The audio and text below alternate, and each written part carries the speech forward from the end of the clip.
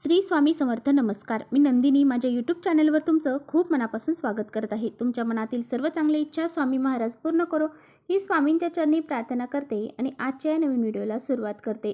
तर आज वार आहे शनिवार आणि आज आहे तिसरी माळ.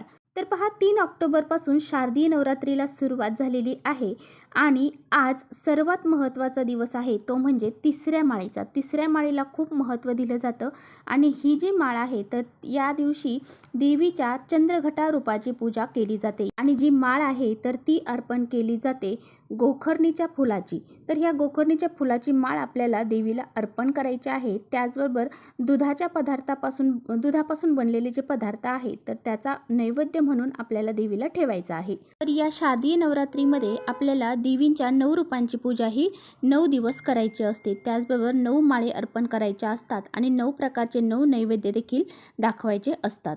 तर या 9 दिवसांमध्ये आपल्याला देवी आपली कुलदेवी जी आहे तर तिची पूजा उपासना करण्याला खूप महत्त्व दिलं जातं आणि या दिवशी आपल्या कुळाचार होण्यासाठी आपल्याला देवीची उपासनाही करायची असते. त्याचबरोबर देवीचे जे काही मंत्र आहेत त्यांचं उच्चारण करायचं आहे आणि काही सेवा देखील आपल्याला करायच्या आहेत. तर दुर्गा सप्तशतीचा पाठ हा देखील आपल्याला या नवरात्रामध्ये करायचा आहे. त्याचबरोबर सिद्ध कोंचिका स्तोत्र हे देखील आपल्याला म्हणायचं आहे. त्याचबरोबर आपल्याला भरपूर अशा सेवा आणि उपाय देखील या दिवशी करायचे आहे. तर आजच्या व्हिडिओमध्ये मी तुम्हाला अतिशय प्रभावशाली उपाय सांगणार आहे. देवीजवळची ही एक वस्तू आपल्याला उचलून आपल्या जवळ ठेवायची आहे.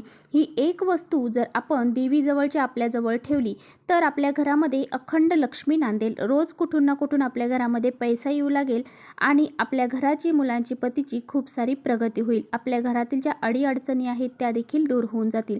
असा हा अत्यंत प्रभावशाली उपाय कसा करायचा आहे याबद्दलची संपूर्ण माहिती आजच्या व्हिडिओमध्ये आपण जाणून घेणार आहोत. त्यामुळे तुम्ही कुठे व्हिडिओ स्किप न करता शेवटपर्यंत नक्की बघा, जेणेकरून तुमच्यापर्यंत योग्य ती माहिती पोहोचेल. आपल्या चॅनलवर जर नवीन असाल तर चॅनलला सबस्क्राईब करा आणि असेच माहितीपूर्ण व्हिडिओ पाहण्यासाठी बेल आयकॉनलाही प्रेस करा, जेणेकरून मी जेव्हा नवीन व्हिडिओ अपलोड करेन त्याचं नोटिफिकेशन सर्वात अगोदर तुम्हाला भेटेल आणि तुम्ही एकही व्हिडिओ मिस करणार नाही. त्याचबरोबर कमेंट्समध्ये जय मा दुर्गा लिहायला देखील विसरू नका आणि व्हिडिओ आवडला तर आपल्या मित्रपरिवारांसोबत शेअर देखील करा.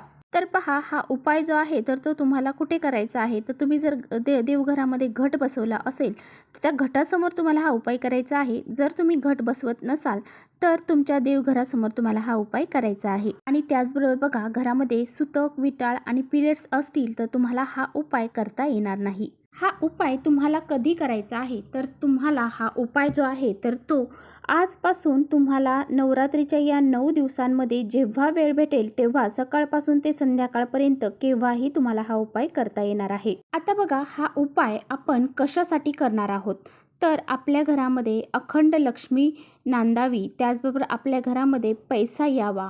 पैसा आला की तो निघून जातो, त्यामुळे तो टिकून राहावा यासाठी आपल्याला हा उपाय करायचा आहे. आणि त्याचबरोबर बघा, आपण खूप कष्ट मेहनत करत असतो आणि आपल्याकडे पैसा हा येत असतो, परंतु कधी कधी काय होतं की आपण खूप कष्ट मेहनत करतो परंतु आपल्याला म्हणावं असा पैसा घरामध्ये येत नाही आणि जरी आला तर तो कोणत्या ना कोणत्या मार्गाने घरातून निघून जातो.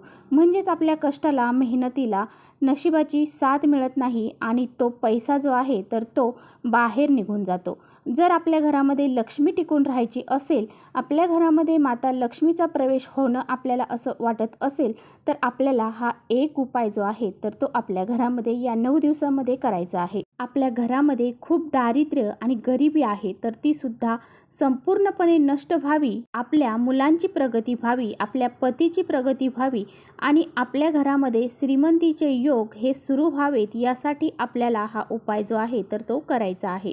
तर पहा, आपल्याला हा उपाय करण्यासाठी 3 वस्तू आपल्याला हा उपाय करण्यासाठी लागणार आहेत. उपाय करत असताना तो श्रद्धेने आणि भावनेने करा. कोणत्याही प्रकारच्या शंका मनामध्ये आणू नका. जर तुम्ही मनामध्ये काही शंका ठेवून जर उपाय केला तर त्या उपायाचं तुम्हाला फळ अजिबात मिळणार नाही. अगदी श्रद्धेने, भावनेने अगर आपण कोणती गोष्ट केली की त्याचं फळ देखील आपल्याला प्राप्त होते. तर हा उपाय करण्यासाठी आपल्याला एक सुपारी लागणार आहे. सुपारी घेताना व्यवस्थित घ्यायची आहे, म्हणजे कुठे खराब झालेली आहे, किडलेली आहे किंवा अगोदर पूजेमध्ये वापरलेली अशी सुपारी आपल्याला घ्यायची नाही. चांगली आणि नवीनच सुपारी घ्यायची आहे. यानंतर तुम्हाला 5 लवंग घ्यायच्या आहेत आणि 5 हिरव्या वेलची घ्यायच्या आहेत. आता लवंग आणि वेलची घेताना ह्यासुद्धा आपल्याला व्यवस्थित घ्यायच्या आहेत, चांगल्या घ्यायच्या आहेत, खराब झालेल्या घ्यायच्या नाही. हा उपाय करण्यासाठी तुम्हाला अगोदर देवघरामध्ये आसन टाकून बसायचं आहे. देवघरातील दिवा हा प्रज्वलित करायचा आहे आणि त्याचबरोबर तुम्हाला एक छानसा तुपाचा दिवा देखील लावून घ्यायचा आहे. धूप अगरबत्ती लावायची आहे. अशा प्रसन्न वातावरणामध्ये जर तुम्ही काही उपाय केले तर त्याचे फळ हे तुम्हाला निश्चित प्राप्त होत असते. तर पहा, आपल्याला ह्या वस्तू ज्या आहेत तर त्या हातामध्ये घ्यायच्या आहेत. हातामध्ये घेतल्यानंतर त्यांना आपल्याला अभिमंत्रित करण्यासाठी काही सेवा ह्या ज्या आहेत तर त्या आपल्याला करायच्या आहेत. तर पहिली सेवा जी आहे तर ती आपल्याला नवार्णव मंत्राची करायची आहे.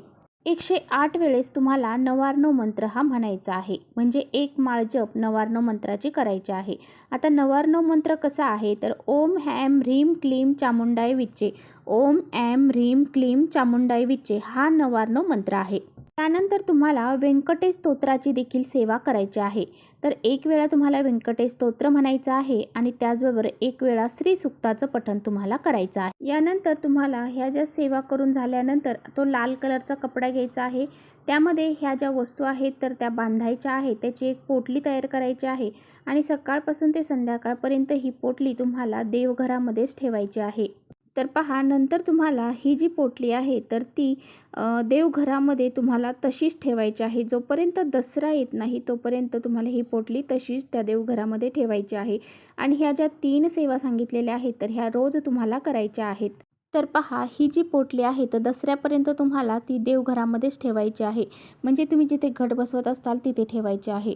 आणि त्यानंतर तुम्हाला त्या पोटलीला रोज धूप दीप अगरबत्ती दाखवायची आहे. यानंतर ती पोटली तुम्हाला दसऱ्याच्या दिवशी उचलायची आहे आणि तुमच्या तिजोरीमध्ये ठेवायची आहे. किंवा मग तुमचा व्यवसाय असेल तर व्यवसायाची जी काही तिजोरी असेल, पैसे जिथे आपण ठेवतो त्या ठिकाणी तुम्हाला ही ठेवायची आहे. तर अशा पद्धतीने हा अगदी साधा आणि सोपा उपाय आहे, परंतु अतिशय प्रभावशाली उपाय आहे. मनोभावे आपल्याला देवीला नमस्कार करायचा आहे. आपल्या मनातील जी काही इच्छा आहे तर ती व्यक्त करायची आहे. घरामध्ये पैसा टिकावा, घरामध्ये लक्ष्मी अखंड स्वरूपात राहावी अशी प्रार्थना तुम्हाला माता लक्ष्मीला म्हणजे माता देवीला करायची आहे.